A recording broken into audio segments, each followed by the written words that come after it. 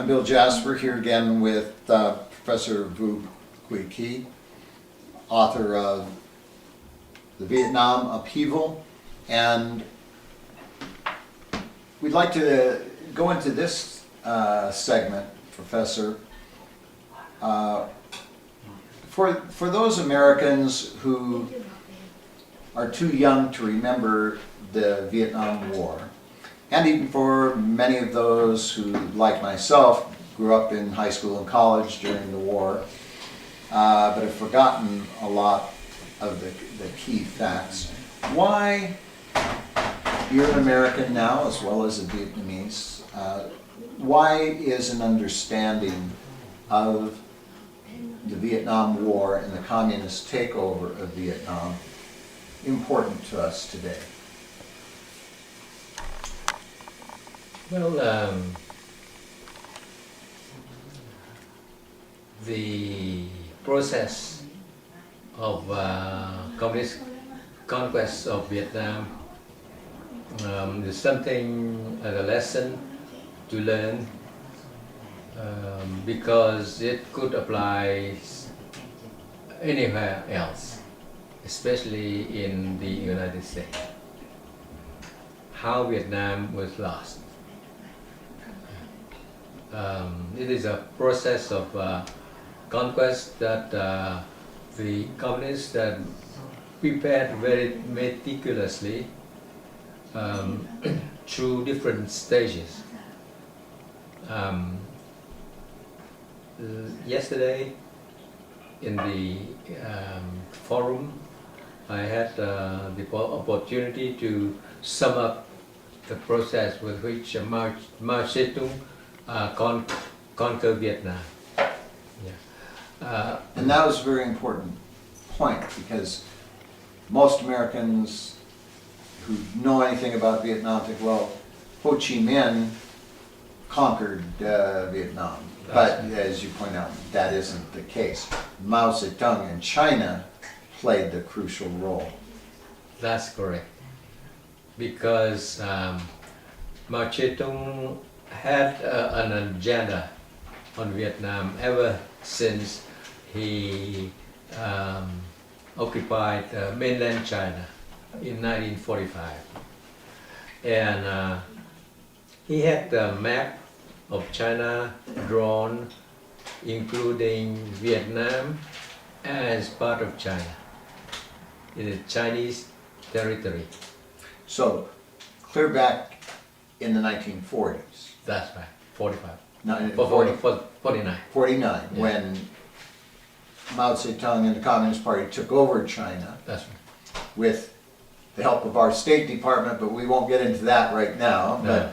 But at that time, he planned on incorporating Vietnam That's right. into China That's at that right. time, like another province That's of right. China. Yeah, so this not only on the map, but he happily sent troops to help Ho Chi Minh.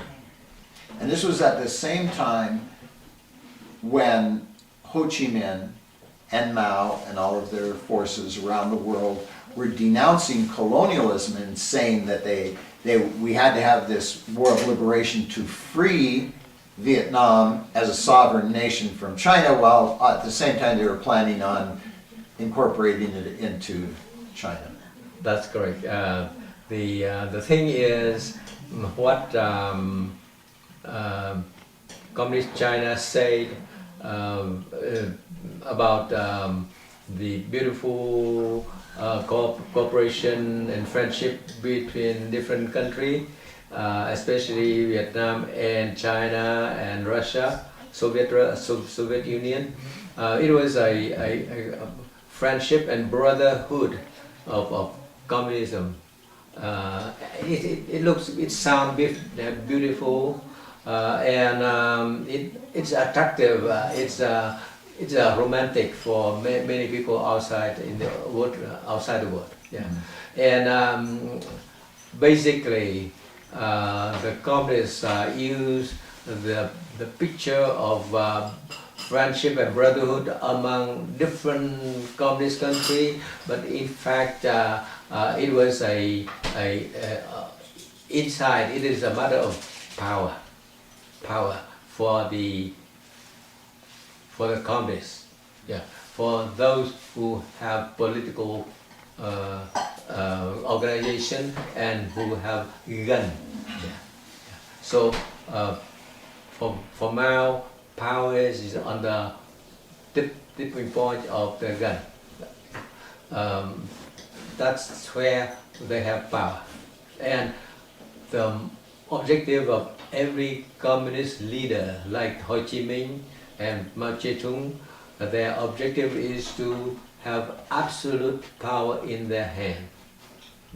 And power not only generate unhappiness and persecution, but power also create division within the communist system. Just like in any criminal enterprise, mafia or whatnot, they may work together on various plans, but they're always scheming to take control from one over the other and to do away with their competition. You use a very accurate word. Yes, like a bandit. They are very well organized banditry. So the main thing is for them is to have power. With that they can do anything. They can make people work for them. They can make people die for them, and they can terrorize people. They can do anything they want. That's power, and that is the ultimate objective of Ho Chi Minh and Mao.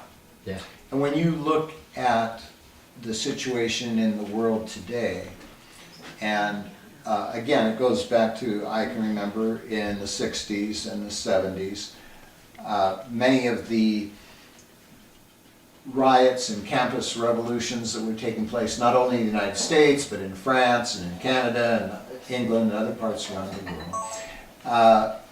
A lot of Marxist and Marxist-Leninist rhetoric and romanticization of Marxism and communism and whatnot. And we see parallels with that today on the campuses and with all the riots and the protests that are going on.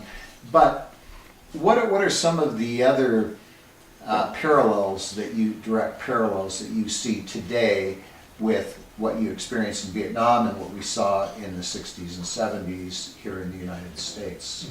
One crucial thing we learned is in order to win, they have a very clever strategy. They are clever in dividing their enemy. So they're dividing us. They divide us and make us weak. Because once we are divided, they can easily take over part by part of all of us, one group at a time. And they don't. They need to fight less if they can create a fighting among ourselves. Division.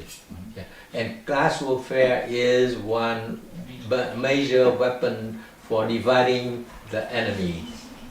So the communists use class struggle, class warfare, and they promote the happiness of the poor, and they blame the rich. They say the rich are the cause of all the problem, the misery and persecution and the misery for the people, and so the poor must rise up in unity and defeat the rich. That's when Ho Chi Minh and Mao brought the land reform in Vietnam. Now, that's a very important issue. And in many of the countries and societies where the communists, particularly in the 40s, 50s, 60s, whatnot, land reform was a major component of their strategy and tactics that they used That's right. to divide the people. And in many of those countries, there were injustices in distribution of land and whatnot. They haven't been able to use that here in the United States as much because there was pretty much free mobility. But in many of these other countries, that was a successful divide and conquer strategy. But you were in North Vietnam when they began their land reform. That's right. So tell us about what were the actual results of the land reform there, and then again we've seen it in South Vietnam after the communists took over there. Yes. When I was in North Vietnam, they had a minor land reform, just in preparing for the Dien Bien Phu campaign. Which was 1954. 1953. 53. That's a minor one. Right. Yeah, but that's already enough to terrorize the whole population within their control. So the people were so frightened, and they have to do everything the communists want them to do. Now, so normally when people hear about land reform, when the communists talk about it, they say, okay, these rich people have all the land, we're going to divide it up and give everybody some land, so everybody will have some land. But what was it actually in practice? Land reform was claimed to distribute the land from the rich to the poor. Yeah, and they did distribute the land for maybe a couple of months. Yeah, so after the terror of the earth-shaking land reform, they kill a lot of people, and they terrorize a lot of people, and they distribute what they get from the rich farmers to the poor. Okay, but then after that, within a few months, they have a new policy. They call it nationalization of all property, land and water bodies.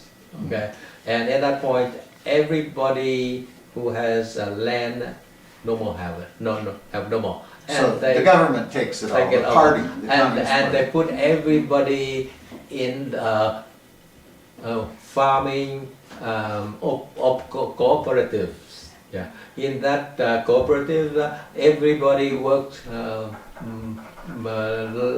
like a slave, and they own no more. They don't own land anymore. Even the farming facility, they no longer own it. It belong to the cooperative. So the farmers are just a worker. They work day and night, and then they get nothing. So in the pre-communist scheme of things, the landlord was demonized as evil and the landowners, but now the new landlord is the communist government. Yeah, that's right. Yeah. And So after that, they own everything, and everybody become a proletarian, or what do you call it? Or nothing. yeah. And then everybody have nothing left. Okay, and they have to work, and they have to be controlled by the guy who count the number of hours they work, and it is all taken account. And then at the end of the season, everybody will be paid depend on the point of account, how many hours they did. Okay, and it turned out that everybody had to start working from 6 o'clock in the morning until 6 o'clock at night, and then that's not all. they have to attend proper indoctrination class and so on. And if they have free time, they have to go to the field and work again until they get enough points.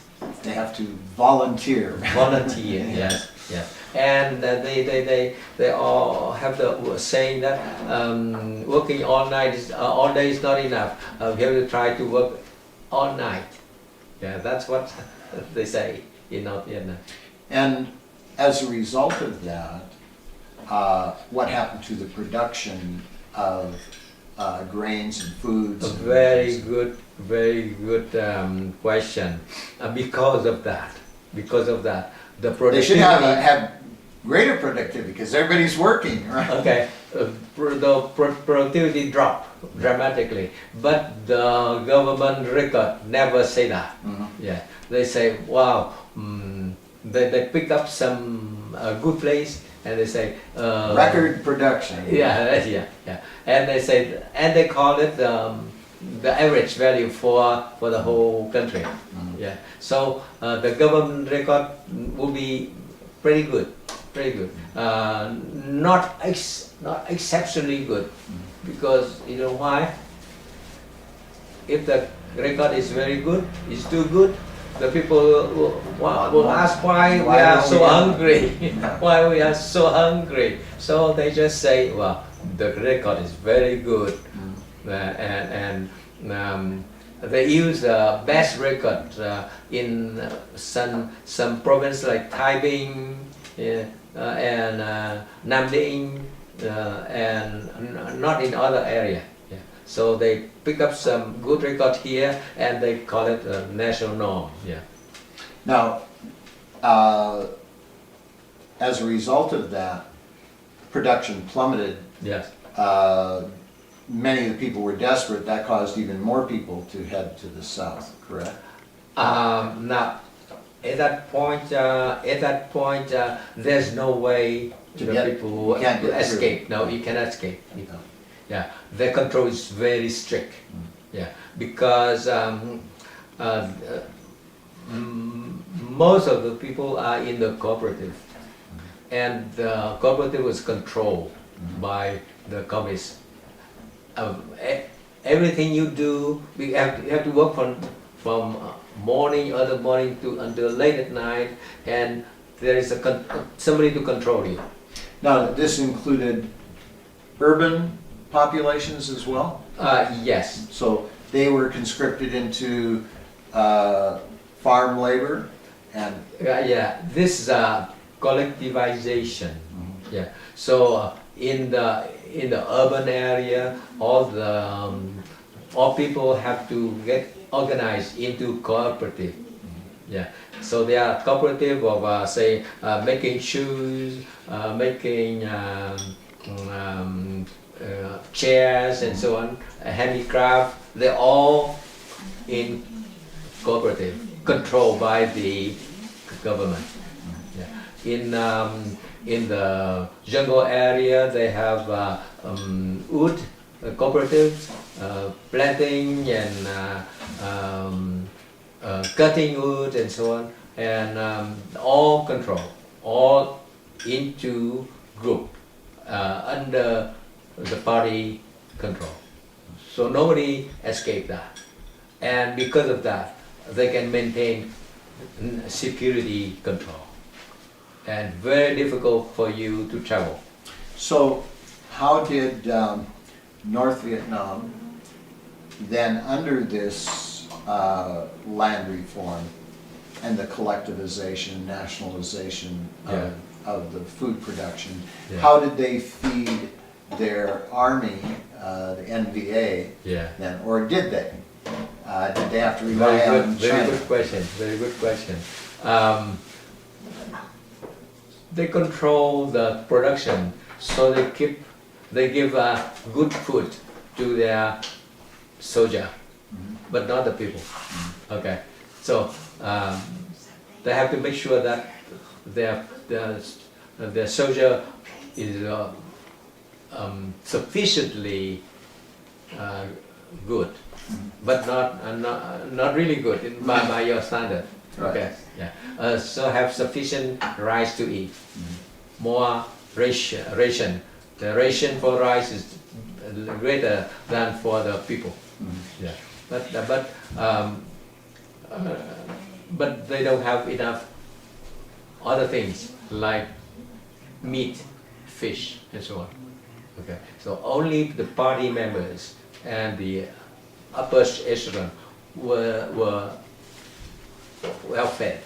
Yeah, but that's a minority, very small minority. Which is consistent with what we've seen every place in the world where the party elite, the nomenclatura, Yeah. they always have well-fed and special, lots of yeah. They have special stores. And special markets.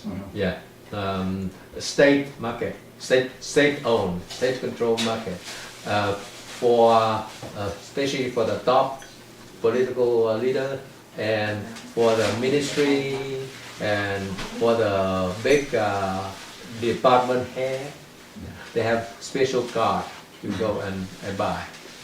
But the rest never have anything. Even they have ticket to go to the cooperative shop, but always nothing. Yeah. They call it xếp hàng cả ngày, mean queuing all day.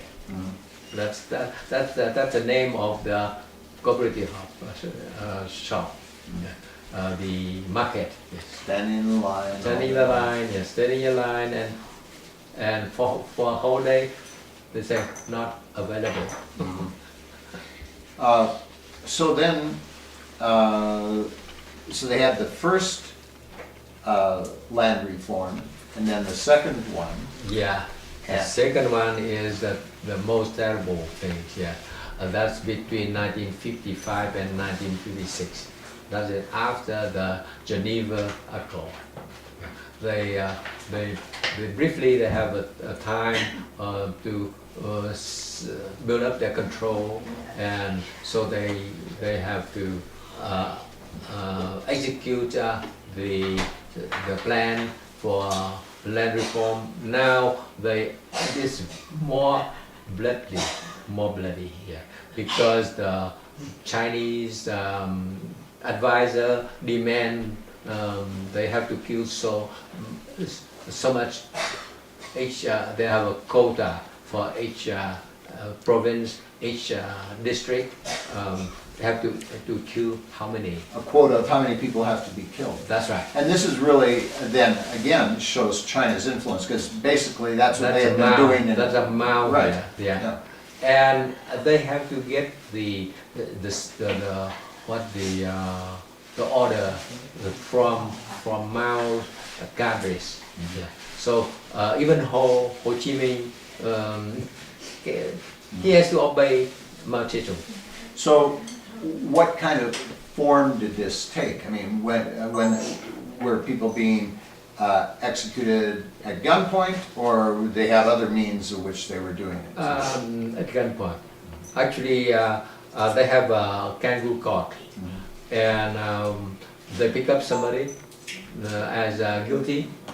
So they torture them, and they have all the people getting around, and they recite the crime, and they ask the victims, and if the victim deny, they'll be hit, they'll be terrorized.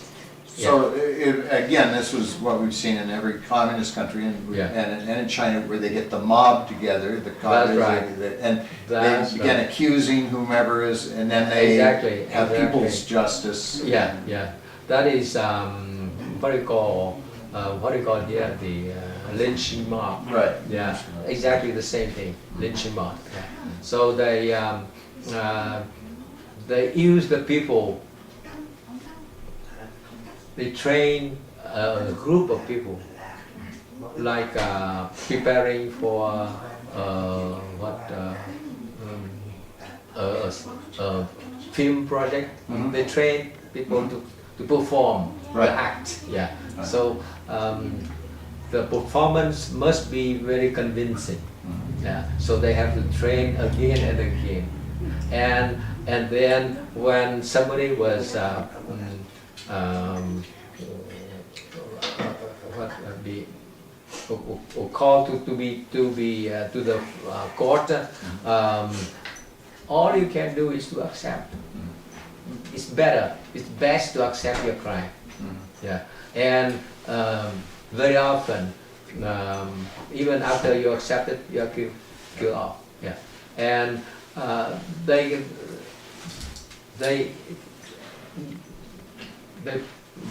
make the people become frenzy, you know, and then the people say, crime, criminal, kill him, kill her, yeah. And then they say, okay, this is the will of the people. Right. So they write a report and send it to the upper level, and the answer will be said, okay, go ahead.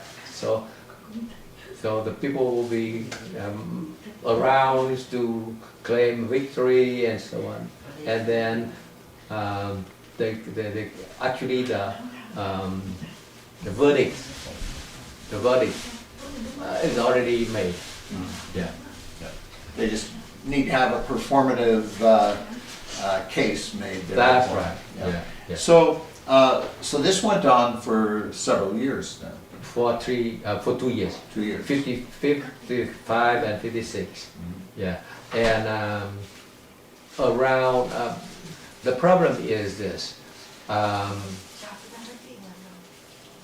More than half of the victims were not guilty, but they are killed anyway. And they are not landowner at all. They are just some political victim who were considered dangerous to Ho Chi Minh. And many of them were even among the communist rank. Right, and that's where we've seen, again, in almost every communist revolution, that's where the term, the revolution eats its own. Because during the Cultural Revolution, which came a decade later, in the 60s, same thing. Many of the victims were communist teachers, professors, party members, etc. Yeah. But they are convenient to be killed. Yeah, convenient. Because many of them know about how the communists work. And if they turn around, they become a very dangerous enemy to the whole. Yeah. And so then, the communists, after taking over South Vietnam, did the same kind of land reform again. They don't need to, yeah, because first of all, in the South, the number of people who have land were already gone. Yeah, or they are ready to surrender, and the communists don't need to do that. Yeah. So, did you see it? They simply expropriate the property. That's all. Yeah. So in Cambodia, next door, when the communists took over there, again they pushed all of the people out of the city into the country, and many of them, couple million people, I think. That's right. They push the people into the country, and then the people never know where they are going. Yeah. And until finally it is away from the city, and they simply kill them off. Yeah. But I was not there, and I didn't have time to interview the victim, so I don't know much about it, but I read from the reports. Yeah. Right. Now, that's another important thing about your book. Yeah. Not only do you have your own lived experience from North and South Vietnam, but you're a scholar and you've read all the literature, both the Communist Party literature and documents that have been released or that were captured. But you've also interviewed many people. That's right. Some who were former communists, and as well as many people who were all different backgrounds. Most of them are former communists. Yeah, yeah. They are the people who most of them they when they were sent to South Vietnam throughout the period of time traveling, they kind of get broken up, yeah, broken hearted. Yeah. They are kind of